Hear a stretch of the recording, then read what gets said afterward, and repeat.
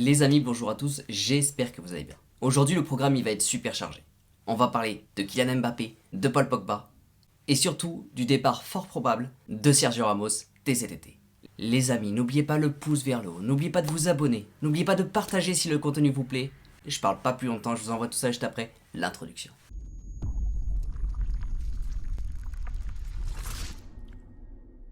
Je passe directement sur le cas Ramos et après je vais attaquer bien sûr les cas Paul Pogba et Mbappé. Pour le cas Ramos, malheureusement le constat est juste exécrable. C'est seulement 5 apparitions, toutes compétitions confondues pour Ramos au PSG. Le Qatar aujourd'hui aurait le projet de le faire partir dès cet été et songe déjà à un remplaçant de taille. Il s'agirait de Evan Ndika, j'espère que je prononce bien. Ce défenseur central est en fin de contrat avec Francfort en 2023. Ce joueur plaît déjà à beaucoup de clubs européens. Pourquoi ça? C'est l'un des meilleurs joueurs à son poste de Bundesliga. Et pour l'instant, les seuls clubs qui se sont réellement affirmés pour récupérer ce joueur, pour l'instant, il n'y aurait que Arsenal et Tottenham.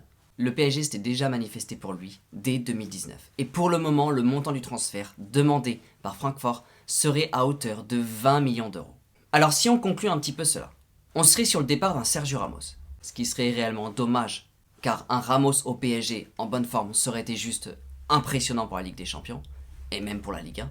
Mais le seul problème, c'est que Ramos, on ne peut malheureusement plus compter sur lui. Et aujourd'hui, le PSG est dans une phase où ils doivent absolument faire des grosses concessions pour aller de l'avant. Donc malheureusement, aujourd'hui, pour Ndika, la place est totalement prise par Kipembe. Mais justement, ça permettrait à Kipembe d'avoir une réelle concurrence au sein de l'équipe. Et justement, ça lui permettrait de retrouver un niveau juste excellent.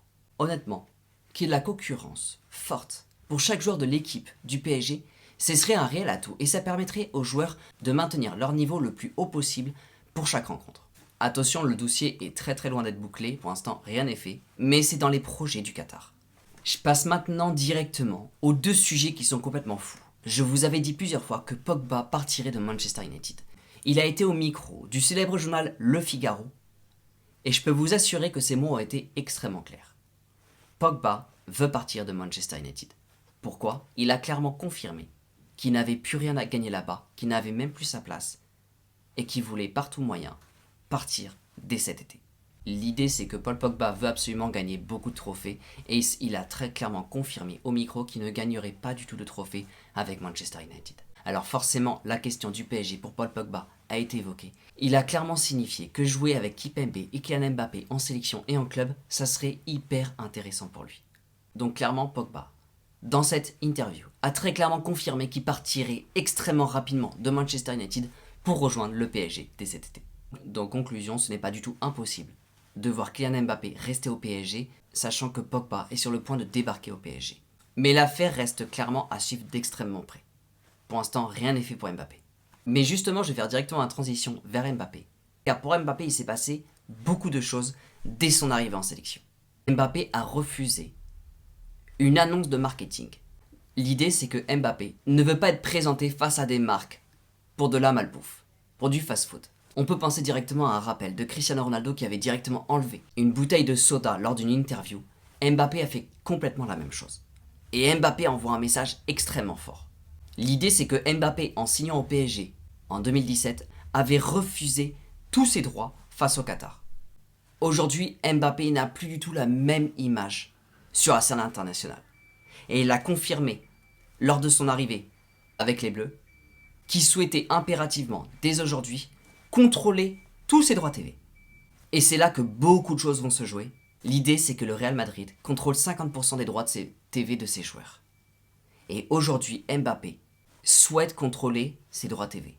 Et ce facteur peut jouer un rôle extrêmement important par rapport à sa prolongation au PSG ou alors un départ vers le Real Madrid. Et c'est pour ça que le PSG, il y a quelques heures, a affirmé qu'il serait prêt à faire un énorme sacrifice. En cas de prolongation d'Mbappé au PSG, il serait capable de laisser l'entier contrôle des droits TV à Mbappé en cas de prolongation. Le PSG veut tenter par tous les moyens de dépasser le Real dans cette histoire de droits TV. Comme vous le savez, Mbappé n'est plus du tout un joueur anodin. Mbappé devient l'un des meilleurs joueurs du monde et surtout, son apparence au monde entier est extrêmement scrutée. C'est pour cela que Mbappé veut absolument contrôler tous ses droits TV dès aujourd'hui. Et Mbappé en sélection a posé le premier point sur la table. Alors à voir comment tout ça va se passer, mais le PSG est très clairement prêt à faire un énorme sacrifice pour prolonger Mbappé dès cet été. Mais il va y avoir justement une dernière personne qui va rentrer dans ce projet fou autour de Mbappé, c'est forcément le FC Barcelone. Et je vais vous dire exactement ce que j'en pense. Déjà la première chose, c'est que je pense pas du tout que le FC Barcelone récupérera Mbappé dès cet été. Car la première chose, c'est que si Mbappé part au FC Barcelone, ce serait un immense message de trahison pour le PSG ou pour le Real. Donc je peux déjà vous dire que le FC Barcelone ne récupérera pas du tout Mbappé. La deuxième chose, c'est que je pense sincèrement que le Barça est rentré dans le dossier. Là-dessus, il n'y a aucun doute. Mais alors pourquoi ils ont fait ça? Il va y avoir plusieurs raisons, je vais tout vous dire. Et clairement, le Barça est extrêmement malin sur le coup. La première chose, c'est que le Barça est en train de retrouver de la couleur. Franchement, pour être honnête, quelle est la meilleure façon de se donner de la visibilité au monde entier? Juste de parler de la personne dont tout le monde parle.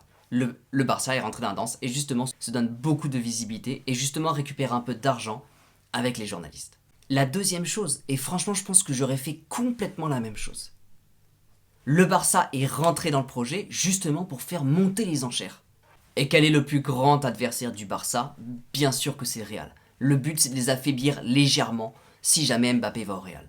Après la troisième idée du Barça, c'est d'attirer des joueurs. Si jamais ils confirment face aux journalistes que Mbappé va plus ou moins venir au Barça et qu'ils ont toutes leurs chances de recruter, forcément pour le mercato estival, ils ont beaucoup plus de chances d'attirer des nouveaux joueurs.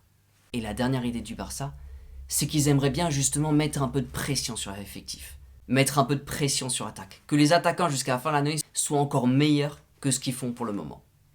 Donc le Barça est en train de jouer sa carte et franchement c'est hyper intelligent. Et c'est extrêmement malin. Après, encore une fois, ça m'étonnerait complètement que Mbappé aille au Barça. Et franchement, je vous le dis maintenant, à mon avis, ça se passera pas. Les amis, merci d'avoir regardé cette vidéo jusqu'au bout. J'espère sincèrement que ce contenu vous a plu. Déjà, si c'est le cas, n'oubliez pas de mettre un pouce vers le haut. Les dossiers vont rester dans tous les cas de plus en plus chauds jusqu'à la fin du mercato estival. Donc n'oubliez pas de vous abonner si ce n'est pas déjà fait.